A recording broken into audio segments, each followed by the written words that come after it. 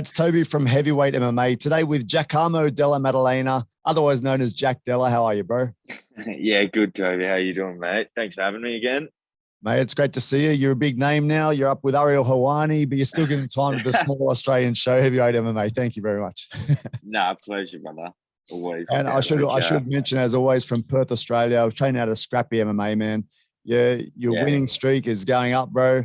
It's a great thing to see, man. I was watching your fight. You see, what's his name? Bruce Buffer. Bruce Buffer announces Australia, man. You're not only representing Perth anymore, now you're representing Australia as a whole, bro. Well, proud of you. You did really well, eh? Yeah, 100%. That's what it's for. Represent Australia, get out there. That's it, man.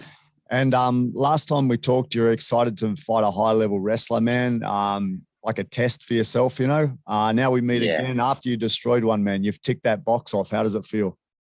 Yeah, sick. Good challenge. It was a very tough challenge, We took him very seriously and got put in, it was a quick fight, but I got put in some tough situations. And, our training paid off. I was able to stay calm through all the situations. I felt pretty comfortable and, I thought I was going to win, but obviously you have to just go out there and make it happen on the day. So, it was an awesome fight. I was stoked with the win and on to the next.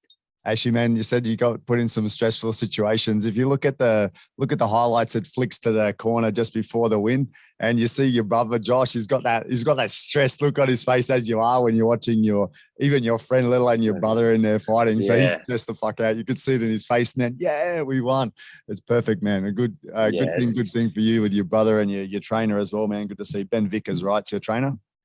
Yeah, Ben Vickers was there and Ryan Gray. So I had a good corner from pretty much, day one, as That's it, Ben man. and Ryan have been a scrappy since the start. So it was a cool corner.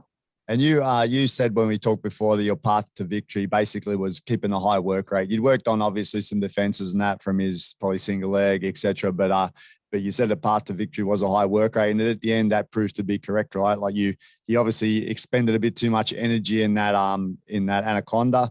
And when he got back up, he wasn't quite the same as he was before you guys went to the ground, was he? But you were pumped to go a bit harder, so you took him out.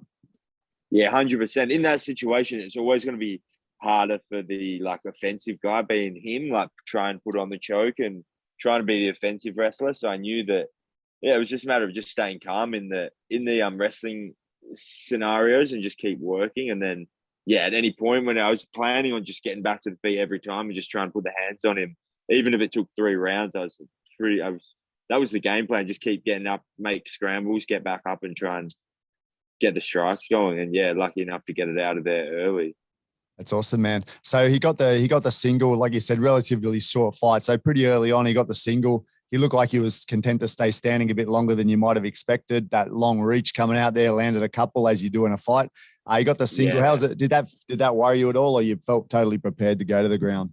I was, to be honest, it was something that I thought was going to be inevitable. At some point, I thought it was 100% going to dive on the single. So, when it happened, it wasn't surprising or anything. It was just a matter of making the right moves. It was definitely good, though. I made every move, and he was right. I never really got too many steps ahead of him. He was just always had a good counter for my reactions.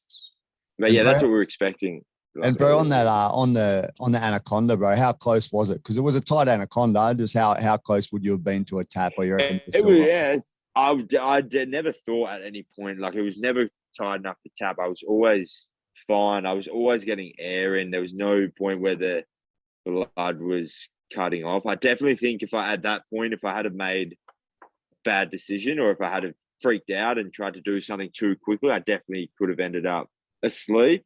But I feel like I was calm the whole time. But we always train being in those tough positions where the choke's pretty much on, and you just got to, we've been there. I've been in that situation enough that I've got the ability just to stay calm and process what's going on and work a way out of there. So that's good. It was definitely tight, but I feel like I made the right decisions. Cool, man. Hey, it's funny on the commentary. Listen to the commentary. I think they had a preconceived idea about how the fight was going to go, because they're kind of talking about Emeev like he was he was looking good and this and that. And, you know, in your other fights, Bisping was like saying how good you were. And it just seemed like there was a bit of a switch. Maybe they talked beforehand, or maybe they had some invested interest in Emeev. I'm not sure, but you turned the tables on him, bro.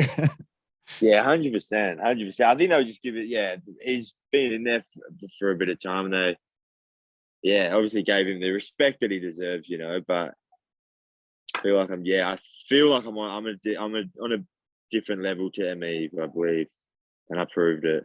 Yeah, bro, it was awesome. And obviously at the end, you took him out with the nice body shots, man, working high and low, and then that final left rip. I saw you post a photo in your Instagram. Beautiful shot. You know, the soul taker, bro. It snatched your soul. He didn't want to be there anymore, right? 100%. It was just like that. One of those shots, that like precise shot in the liver. That, yeah, I'm sure you've felt it before. It's one of those punches where there's like, as soon as it lands, there's not much you can do about it. It's sort of debilitating. So it's a prime position of try and land a shot. Yeah, amazing. So UFC 275 was a fight for the ages on the show. Your fight as well, but the big fight at the end, Glover Teixera, Yuri Prochazka. You were there with a few of the Aussie lads. Josh Kulaba had a great fight against Seungwoo Choi. Jake Matthews, great KO win against an up and comer. Filio is his name, was it? Yeah. Malkoon also did okay, but just the points went against him. But yeah, how was that working with the boys? Did you get much chance to like associate with them and hang out, or? Yeah, we did. I don't think I've met any of those boys before. I've never met any of them before. But yeah, from the get-go, everyone was cool. It felt like we were obviously we're not on the same team, but it felt like we were all Team Australia, and everyone was like there to, if anyone needed, we were there for each other, you know. It felt good having it is an individual sport at the end of the day, but yeah, to have some Australian fighters on the card was cool, you know. I feel like it lifted the spirits for everyone. Yeah, Josh said it felt a bit like fighting in Australia because they had a few people around from Australia, even the crowds as well, right? There was heaps of Aussies about, and then obviously all the Aussies on the card. So yeah, it felt pretty much like a home fight, really. Yeah, it's kind of cool. Man, you're moving up, bro. I can tell because UFC Fight Pass now has a color picture, has all your stats and videos. Yeah. It's still got the old one now. It's got two of you now. One old black and white 9 and 2, and it's got a 12 and 2 color one now. So you got two. We're getting there, right? We're working on it. Getting there. Bro, you obviously your baby is due to pop anytime. Excited for that, man? Yeah, super pumped. That's like the next thing. Should be, I don't know when it's going to be, but I think it'll probably be in the next week. So yeah, just been training and just prepping for that as much as we can. Yeah, hectic year for you, bro. Hectic year, like massive. Probably highlight year for you so far, bro. Yeah, it's been a crazy year, man. It's been busy. It's basically just been one thing to the next.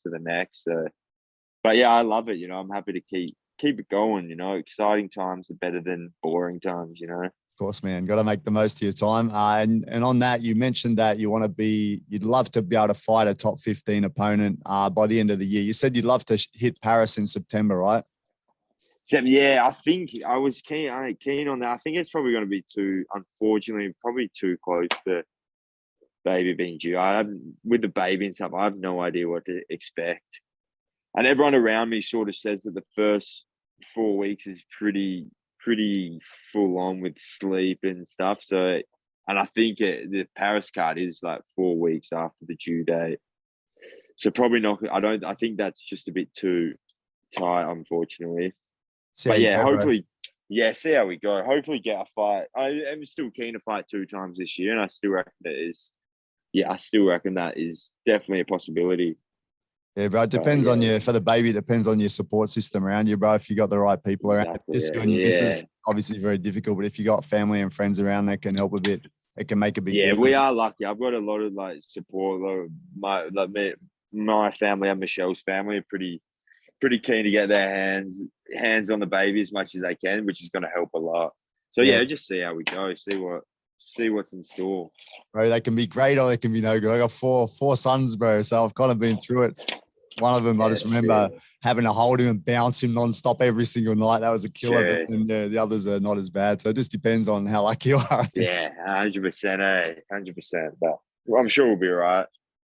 All right, bro. Well, I finished with the questions that I had to ask. I want to wish you the best of luck. Firstly, obviously with your newborn, when he or she comes, I hope everything goes really well and you have a good start. And then also later in the year, I hope you have a good shot at a top 15 opponent so we can see your next fight, bro. I appreciate you, brother. Thanks, Toby. Bro, thanks a lot for your time again. Cheers. Pleasure, brother. Nice talking to you.